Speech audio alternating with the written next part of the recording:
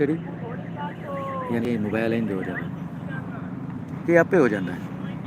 ਇਹ ਹਾਂ ਨਹੀਂ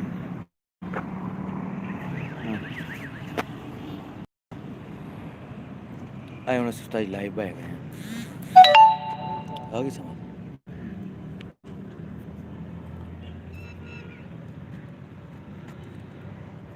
अजे कोई बंदा नहीं रहा तुझे तो लाइव आए सकते हो सारे सब्सक्राइबर तो सब तू बेस्ट है गल जैसा लाइव हो मेरे लिंक सटिया मैं कर सारे सब लाइव आए होना लाइव बैठे होना जी आ डुंडे च चाह लेना आ शेयर ते आ व्हाट्सएप यानी कि जिस नूं तुसीं विखावना चाहते हो ना भी असीं लाइव हो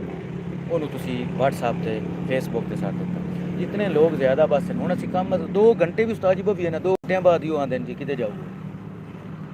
60-70 बंदा 60 मैडम नाल तो तकरीबन 150 बंदा मेरे नाल 60-70 बंदा 60-70 बंदा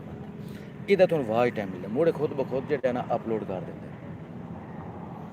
नहीं ऐसा भाई लाइव राती हो अपलोड नहीं भाई